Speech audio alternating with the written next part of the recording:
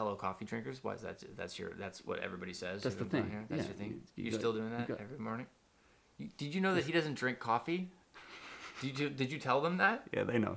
Actually, he doesn't drink tea either. No. Okay. And I've never tasted ketchup either. Oh, I didn't know that. Oh, you didn't know that? Ketchup, no. Yeah.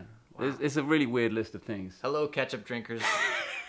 And I did say to my followers, they were, well, the last vlog you ever do has to be you drinking a cup of coffee. Oh, are you going to do it? No, because I said I will only drink a cup of coffee if I got to 500,000 followers, 500,000 followers. So basically saying I'll never drink a cup of coffee. Oh, all right. So you're safe. Okay. Pretty safe for about another 430,000 people. All right. So you got to do I have to do a proper hello coffee drinkers. Proper hello coffee drinkers. Hello coffee drinkers. Does that work? I think that might work. I think that might wake them up. You want me to am I supposed to pretend I'm you, or am I supposed to be me? No, you. Okay. Let me do another one. What's up, coffee drinkers? It's Bob Reynolds, and I'm not drinking coffee. Actually, no. But I did have some coffee this morning.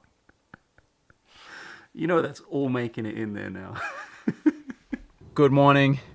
Heading to Bobby Reynolds' house to get kind of 3 things done. I'm going to go over the music for his new album.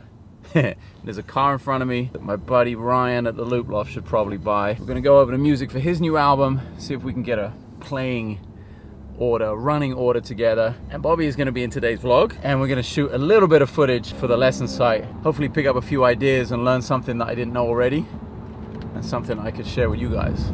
But first, I'm going to indulge in a guilty pleasure that happens maybe once every 3 or 4 months, and something that's kind of unique to right here in Southern California. Hi there, could I get a double plain and fries, please? Double plain and fries? Yep. No drink? No, thanks. Free car to go? To go, please. Alright, $6.28 for some of the things. Thank you. Hi, how are you? Hi there. Have a double plain and a fry? Thank you. Thank you very much. Thank you. So it's pretty much instant gratification,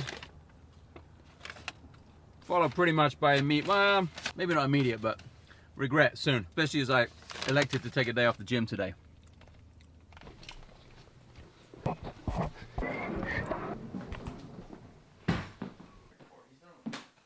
What are we doing for you? Man, the place is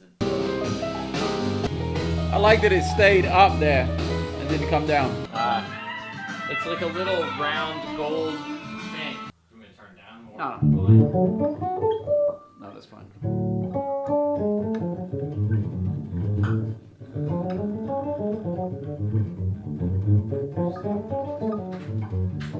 When was the last time you actually thought about a scale or a chord or a mode on a gig, like in a live situation?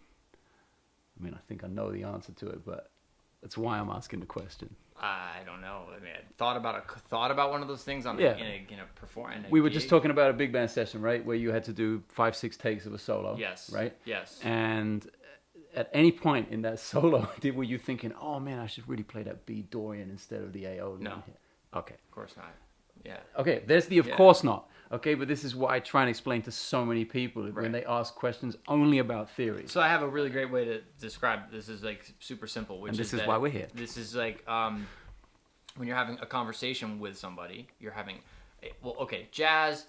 Let's just use jazz as the idea of improvisation. Mm-hmm. So it's not. I don't mean it has to be straight ahead swinging standards, but improvising. All right, it's conversational music making is what it is.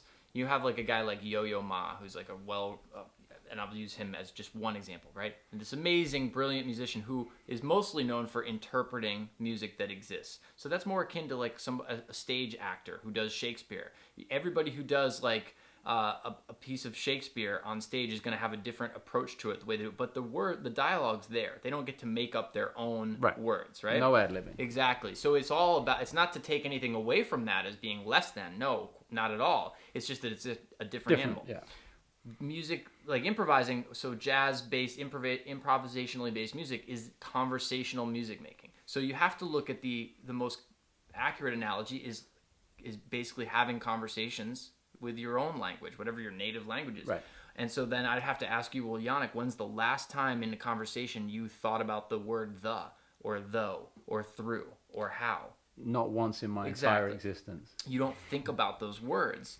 But at some point in time, which you probably don't remember, you did, like my 2-year-old is doing right now. He's, practicing saying these sounds. Okay, this is interesting. Do you think that we or he is thinking about that stuff? No. Or is it, you don't, right? No. It's just the immersion Yes. in it. Yes. That it's second nature. It's being Exactly. injected into his muscle memory. Yes. Like a vocabulary steroid or something that will never go away. So when I was, before I knew anything about any nomenclature or jazz or theory or anything, when I was had just started playing the saxophone, and my first person that I was into was Kenny G, and he was on the radio, he was on VH1, he was everywhere, and I was just playing along with him. Or if I heard an 8-bar saxophone solo on a Michael Bolton track or whatever, I just was like trying to figure that stuff out. I had no idea about pentatonics or chords, or I didn't know anything. I just was trying to copy the sound. Right. That's it. Literally just copy the sound. And then that's what humans do to copy language at the beginning. They're just trying to copy what they hear and beginning to make associations between what they hear and the reaction they get when they say it to somebody and get it right. You know, it's communication. Absolutely. He says a thing and I'm saying, what are you saying? What are you saying? And he says it again. And then I figure out what it is. Is this what you meant? And he's like, yeah. And we have a moment. It's like, and now something happens in his brain and he knows. I remember those moments with music. I remember my first G minor 7 chord with a 9 on it. And what that felt like. Oh my God. I've never forgotten that. Right. And it came from such a random non-jazz place. Right. This British singer called Alison Moyet had done That Old Devil Called Love, like a pop-ish version of it, but it had this one chord, and every time it came up, I was like, God, I want to know what that is. Right. You know? What is it? So you're learning by deconstructing something. Yeah. And versus like learning, like somebody said to you, hey, Janek, here's G minor 9 and go practice it or whatever. It's the other way around. You're like, what is that? And then you reverse engineer it. So it's curiosity driving the learning process. Absolutely. Absolutely. And for me, and not underestimating the power of mimicry, of just trying to sound like the things that I liked. Yeah. So not, a lot of times people ask, because I'm, very big on the idea of transcribing solos, not writing them down, just copying, trying to really copy a person's whatever.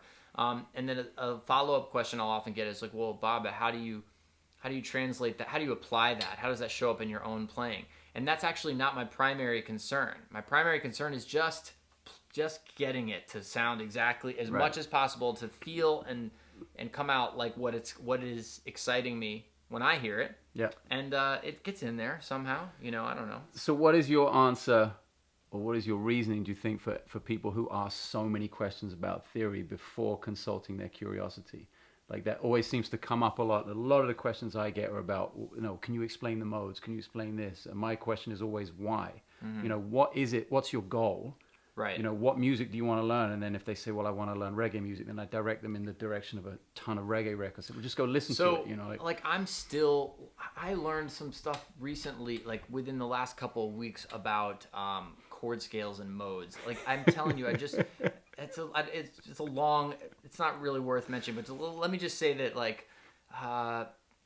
one of the reasons I feel like I went to Berkeley, or one of the things I really got out of it, was some help explaining certain things. I would sit at the piano and I would know there were things I heard or wanted to hear. I had no tools to help me understand what logically might be the thing. I didn't understand the stuff. So yes, you can not understand it, but it's maybe just going to take you longer. Mm-hmm. And I didn't really know what I was doing. Once you understand more about it, it gives you more options and choices. Maybe it's this. Nope, it's not that. Well, based on what I do know, maybe it's that. No, it's not that. So the more you understand that stuff, great. It gives you more things you can audition quicker. I don't know, stuff you can try. But it's not in and of itself the thing that makes the product. It doesn't make the end result. I've always said it's good for communicating verbally. Mm-hmm. Like if we're on a gig and there's me and you and Sean and Roslyn, and you say to Sean, oh, actually that's a Aeolian voicing, that's not a Dorian voicing. Right. And it's like this. You don't have to walk over to the piano and say it's this voicing. Yeah, it's a shorthand. It's a shorthand. Yeah. It's a very helpful tool. I'm glad but it's not something that I've I didn't learn it and now I'm done. I'm always discovering. Every time I sit at the piano, I learn some new stuff about theory. And that's but I'm not, it's not that I'm excited about theory. It's about it's something that I learned that helps me get to more music, I guess is the way of putting it. And when I discover something that it has, Like I'll spend time working on jazz standards at the piano, not because I'm necessarily interested in playing jazz standards on the piano. It's just it helps me, like, there's so much to be learned by looking and hearing and figuring out how these things move, and then I apply that to the horn. Sure. And it just gives me more colors, more ideas in my toolbox. But so much of it too has to do with just like getting inside the changes. Even if you're playing in something that doesn't have a lot of chord changes, right, and like modal stuff, being able to navigate chord changes helps you play more interesting stuff in those more monochromatic settings, maybe, I think. And knowing upper structures and extensions and all that kind of stuff. Yeah, exactly. Because people very often they get locked up like, oh, we're in E minor, and all they can think of is like E minor pentatonic. Right. Well, like the really sweet notes aren't gonna be found in that. But the cool thing is like when you understand, like I was showing this to somebody the other day. He's like had this tune and it went from E minor to F major 7 to something else, and I was like, play E minor pentatonic over the E minor, but then also play it over the F major 7, and you're gonna get the major 7, the 9th, the 3rd, the sharp 11, the 6th, the 13th, you know. And his mind was like, what? And that's how I use it. I use it like that. It's like, how can I boil this down to its smallest amount of elements that I can manipulate in different ways over a lot of material? Right. You know, so like if I can turn anything into a major scale or a minor chord or a pentatonic or whatever, I do as much as possible. And then what makes it interesting is when you learn how to repurpose that stuff. Right. So understanding that G melodic minor sounds great over F sharp altered, and that, you know, and then going like, oh, so when I see a dominant chord, if I want that altered sound, I can play a melodic minor scale up a half step up. You know, like that's just, it just, now everything just got faster if you know your melodic minor scales. I don't have to go and learn a whole set of altered scales. I just need to learn that connection. Right. And then of course, this is a big thing. You have to, there's no intellectualizing it doesn't mean you have it. Just because you can understand it doesn't mean you can play it. Yes. You have to play it. You have to just over and over, and you got to get it. That's the whole thing. It has to feel good. So you have to spend a lot of time working on that. And that's where I would sit, maybe go 1-5, and I would just, you know, all right, I'm in B minor, but every time I hit F sharp, I'm going to try to get the G minor melodic sound or whatever. You have to practice employing the stuff that you learn if you want it to sort of, you know, get into your creative compost heap.